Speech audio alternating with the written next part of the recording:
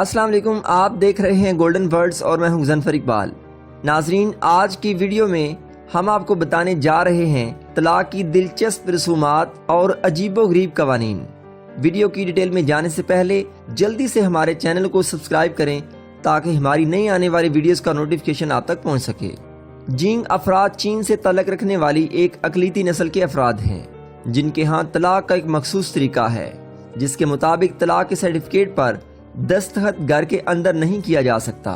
آپ نے شادی کے موقع پر ادا کی جانے والی رسومات کے بارے میں تو سنا ہوگا، لیکن دنیا میں چند ایک مقامات ایسے بھی ہیں جہاں شادی کی ناکامی پر مذہبی رسومات ادا کرنے کی روایت موجود ہے۔ دنیا میں طلاق کی دلچسپ رسومات اس بات سے قطع نظر کہ شادی کی ناکامی کی وجوہات چاہے کچھ بھی ہوں، شادی ٹوٹنے کا تجربہ لوگوں کے لیے خوشی کا باعث نہیں ہوتا، جس میں دونوں فریق کو طلاق کا معاہدہ کرنا ہوتا ہے۔ اس حوالے سے اپنے ملک کے قوانین کی پابندی کرنی پڑتی ہے۔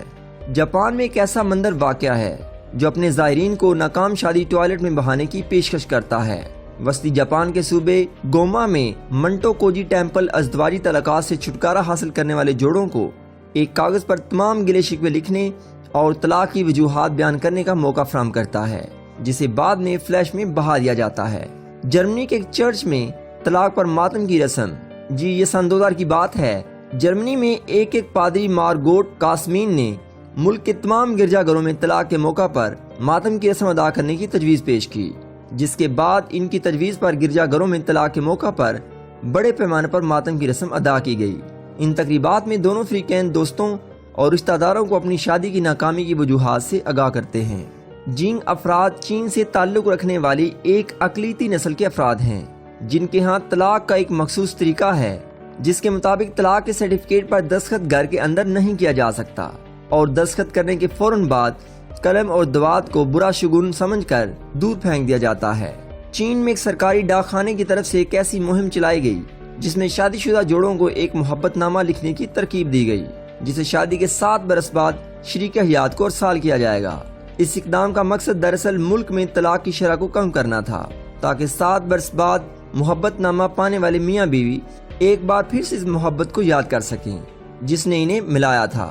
دنیا کے کئی ممالک میں طلاق کے ایسے عجیب و غریب قوانین موجود ہیں جہاں طلاق حاصل کرنا ایک ناقابل یقین تجربہ ثابت ہوتا ہے۔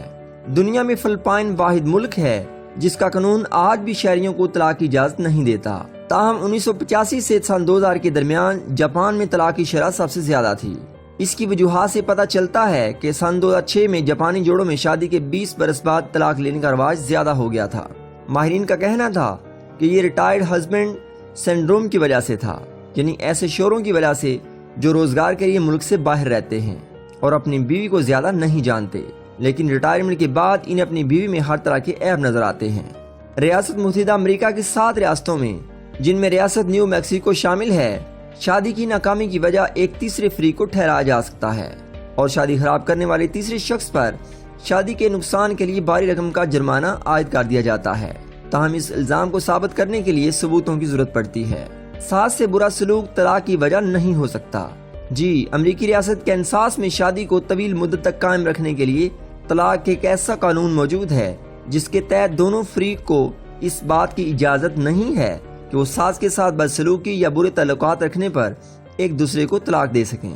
ہنسی مذاق میں شادی کرنے والوں کو طلاق کی اجازت۔ امریکی ریاست ڈیلاویئر میں طلاق کے لیے ایک ایسا قانون موجود ہے جس کے تحت اگر ایک شخص ہنسی مذاق یا شرط نبھانے کے لیے شادی کر لیتا ہے تو اسے بعد میں طلاق کا مقدمہ دائر کرنے کی اجازت ہے، جبکہ اس قانون سے ہنسی مذاق میں شادی کرنے والوں کی حوصلہ افزائی ہوتی ہے۔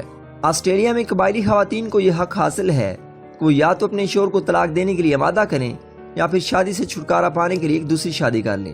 اس طرح ان کی پہلی شادی خود بخود منسوخ ہو جاتی ہے۔ ایک ہی شخص سے چوتھی بار شادی کی اجازت۔ امریکی ریاست کینٹ کی بھی اس بات کی اجازت ہے۔ آپ ایک شخص سے طلاق کے بعد 3 بار شادی کر سکتے ہیں، لیکن چوتھی بار اس شخص سے شادی کرنے کی اجازت آپ کو ریاست کا قانون نہیں دیتا۔ امریکی ریاست ٹینسی میں اگر آپ کا شریک حیات آپ کو جان سے مارنے کے لیے کوئی حربہ مثلاً زہر پلانے کی کوشش کرتا ہے تو اس بنیاد پر آپ کی طلاق منظور ہو سکتی ہے۔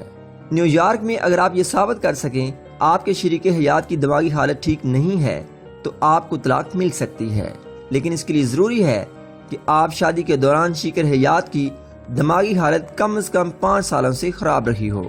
برطانیہ میں طلاق حاصل کرنے کے لیے ضروری ہے کہ شریک حیات کی حد درجہ برائیوں کا ذکر کیا جائے۔ صرف ذاتی ناپسندیدگی کی بنیاد پر طلاق منظور نہیں کی جاتی۔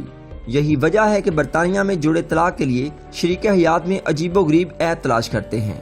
جیسا کہ شوہر نے طلاق کے مقدمے میں کہا کہ وہ اپنی بیوی کو اس لیے طلاق دینا چاہتا ہے کیونکہ وہ ہر روز مچھلی پکاتی ہے۔